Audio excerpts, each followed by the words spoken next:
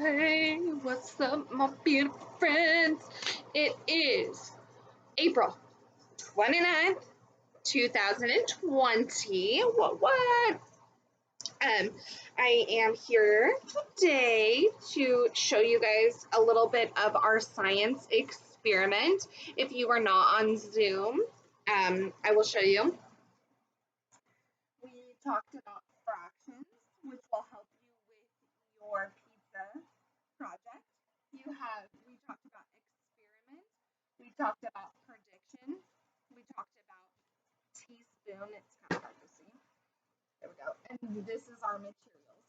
So what we ended up making today was a tornado in a jar. I will try to see if I can recreate it. Let me see here.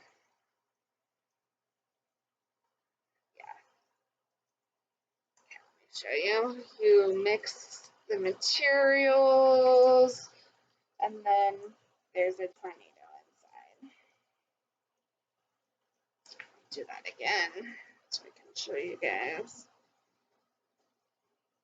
with a tornado inside. That was our science experiment. We talked about step by step how to do it, and then we talked about, again, predictions. A review for today. It's almost just spilled some of the vinegar from earlier. All right. So just a reminder, all of your work, weeks 1 and 2, are due May 8th. So not this coming Friday, but the following Friday. All of you should have your packets. I've delivered them. If you did not pick them up. Again, all work is graded. There is attendance for Zoom, so please try your very best to get on Zoom. It's from 9 to 9:30 every day. If you do need lunch, there are school sites open for lunch from 11:30 to 12:30. A reminder, the theme is baseball. I wore my baseball stripes today. San Francisco Giants, #1 baseball, distance learning week 2, baseball, April 27th through May 1st, and then Sloth Squad.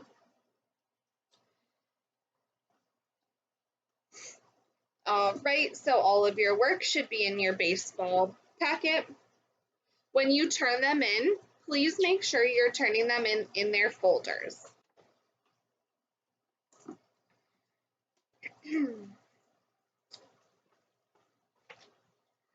So again, today was our science experiment, Wednesday science experiment. Tomorrow is art with Shimizono.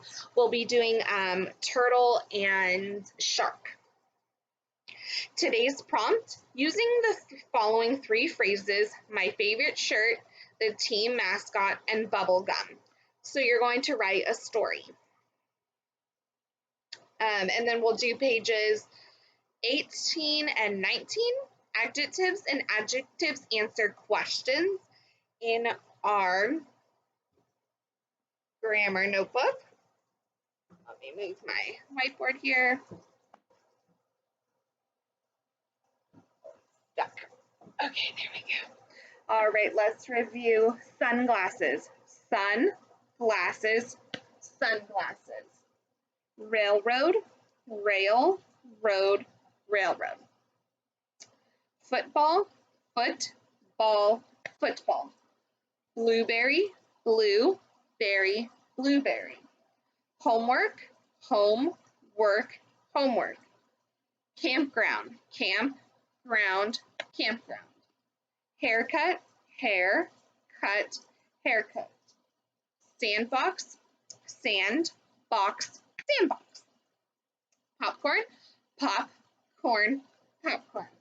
Toothbrush, toothbrush, toothbrush. Those are our spelling words. Today's Class Dojo challenge is to create a scavenger hunt.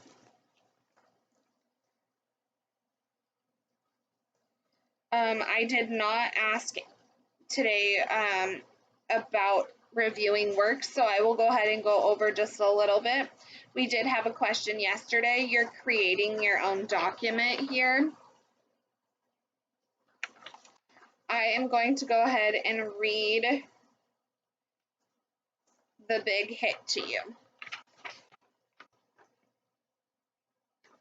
Here we go. The big hit. Jacob stood in the batter box and watched as the pitcher threw the ball to him. He took a deep breath and swung that bat hard. Crack! He hit the ball. Jacob sprinted across the bases as fast as he could. He didn't even stop to see where the ball landed. An outfielder threw the ball to the catcher just as Jacob slid into home plate. He's safe, yelled the umpire. Jacob's teammates ran out of the dugout. They jumped up and down on and hugged him. You did it, they yelled. We won the game. So it says read this story 3 times. Color a happy face each time you read it. So I just read it to you once, so you can go ahead and color in a happy face. Now you're going to answer the following questions, underline where you found them in this story. So you'll reread this story. I can give you a little tip. Just like rewind the YouTube video and listen to it again. And then and again. And there's your 3 times. Let's review the questions. Number 1, what was Jacob playing? What sport is Jacob playing? Number 2, why didn't he look to see where the ball landed? I'll give you a hint. Number 3, what happened just as Jacob slid into home plate? Number 4, why did Jacob's teammates jump up and down? Awesome job. So you can answer those questions. And then your word search, you can work on your word search. Tomorrow we will read this one together and review. Your pizza fractions is, we'll do a live from, or we'll do a Zoom from 1:30 to 2 today to work on our pizza projects. And then you have the Great Seal. Again, reading and answering the question. I'll go ahead and read that to you right now, actually. The Great Seal. The Great Seal was designed by Benjamin Franklin, Thomas Jefferson, and John Adams. The delegates at the Constitutional Convention felt that an emblem would show other countries that the newly formed United States was an independent nation and would be a sign of all of a free people with hope for the future. It was approved in 1782. The seal has images that are important to our nation. The bald eagle is our national bird. In its beak is a scroll that says E pluribus unum, which is Latin for out of many one. It stands for the one nation, new nation that formed from 13 colonies. The eagle holds an olive branch and arrows. These symbols show the power of peace, the olive branch, and war, the arrows. Do you see a pattern of 13 in the Great Seal? 13 stars in the crest above the eagle, 13 stripes in the shield upon the eagle's breast, 13 arrows in the eagle's left claw, 13 olives and leaves in the eagle's right claw, 13 letters in the motto carried by the eagle. Ooh, excuse me, friends. So why do you think the number 13 is so significant? And then what do you notice on the Great Seal? Anything else? Those 2 questions. Now, if you were to design a great seal for our classroom, what would it look like? Draw one here and list reasons for what you drew. So you might draw a sloth. You might draw a puzzle piece for autism awareness. You might draw a brain cancer ribbon. You might draw Shimizono on there. I don't know. Whatever you think describes our classroom and our classroom mottos. So you'll draw that here and then tell me why here.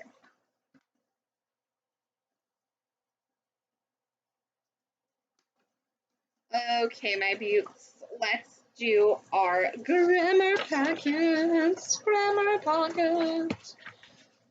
We're starting on page 18.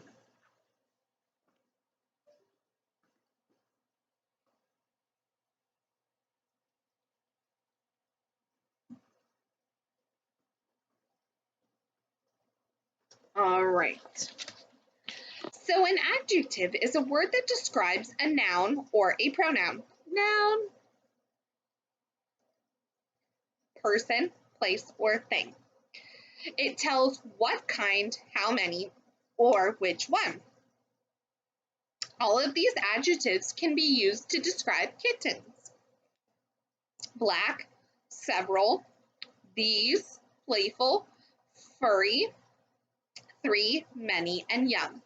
Place an X on, directions. Place an X in the blanks in front of the adjective, then complete the sentence with those adjectives.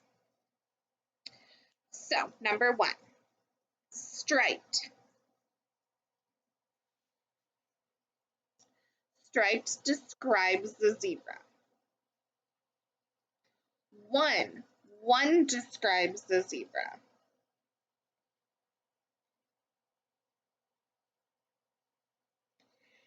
Carefully describes the zebra.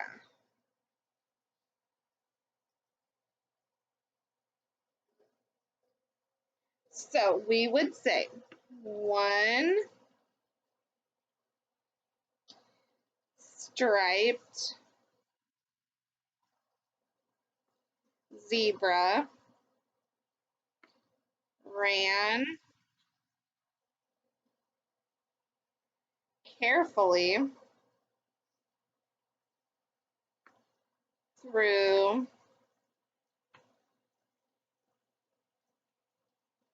the jungle. Woo.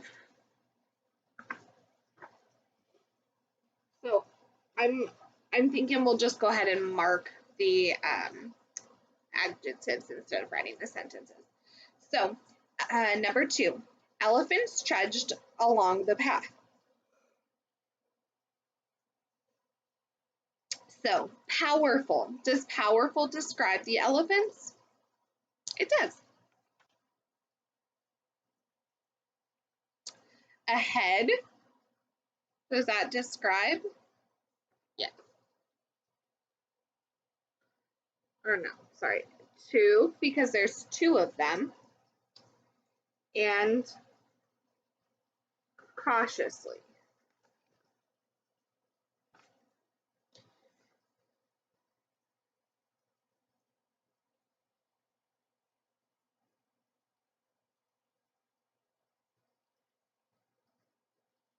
Okay.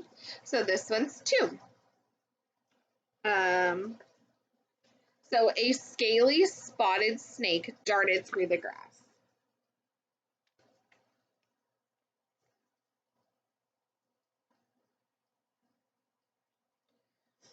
The blank birds soared through the air.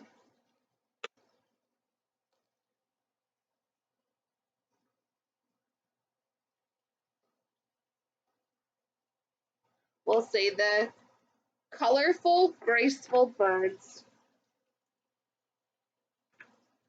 soared through the air.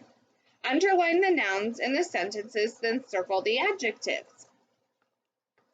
The huge gray elephants lumbered through the hot jungle. So what are we talking about? We're talking about gray elephants. So we're underlining gray elephants, or we're underlining elephants. And huge gray is driving those elephants. Next, number 2. 3 swift lions race through the long green grass. So we have lions, and then we're describing 3 swift lions.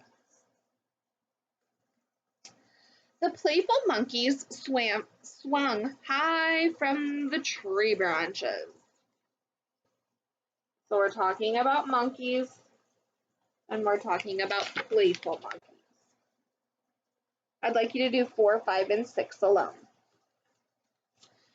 The lazy green turtle slept under the hot tropical sun.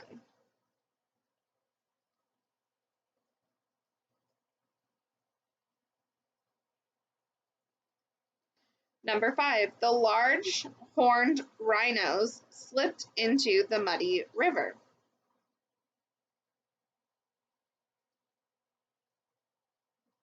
Number 6, the scaly old crocodile blinked its large dark eyes.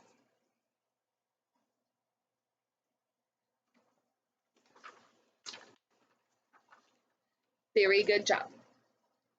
Now, number 19. So adjectives answer these specific questions about the nouns they modify. Which one, which kinds, how many. Underline the nouns in the sentence below, circle the adjective that modified these nouns, then write the adjectives you circle in the correct column. Okay, so number 1, those fragrant pink carnations have 5 ruffled blossoms.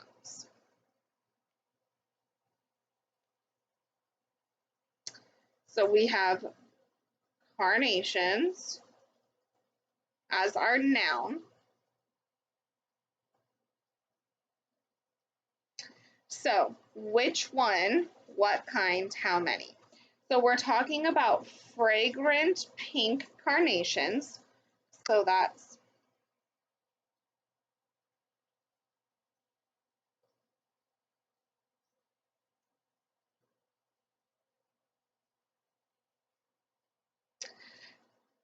now then those would be which one, and then how many? 5.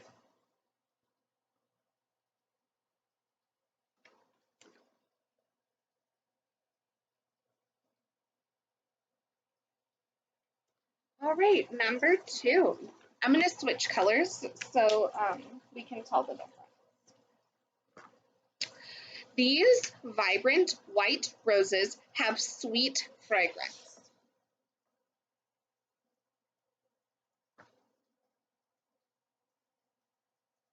So these vibrant white roses have sweet fragrance.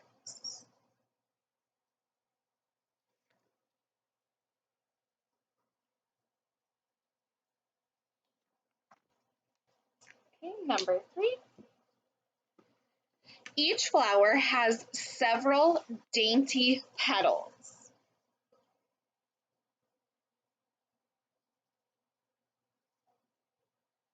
So we have how many? We have several. What kind? Dainty.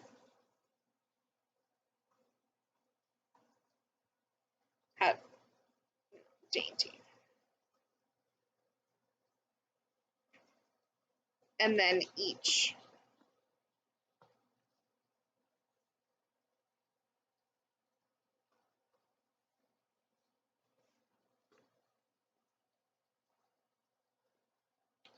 All right, number 4. The refreshing aroma of the sweet scented lavender filled the air.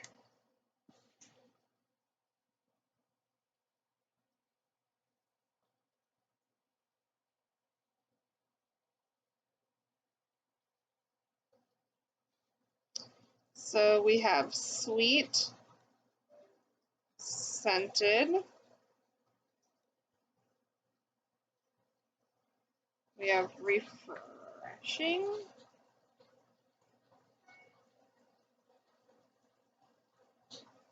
Sorry guys, my emails are going off like crazy.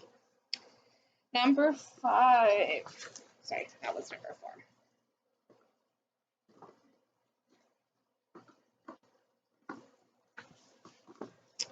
Number 5. That large,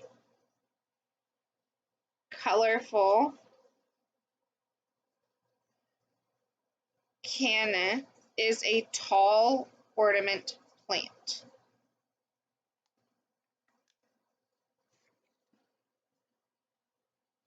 And number 6, it has many large leaves and bright red flowers.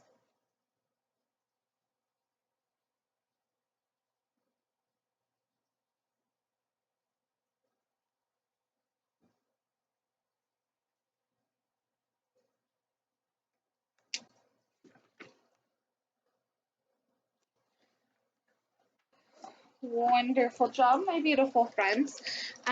So if you are able to ask your parent, if you check out our McKinley Facebook page, what we're doing is we're doing a Guess That McKinley Teacher. So if you go online, with your parent on Facebook, you can guess guess the teacher. If you guys need help accessing that, I can show you guys that on Zoom.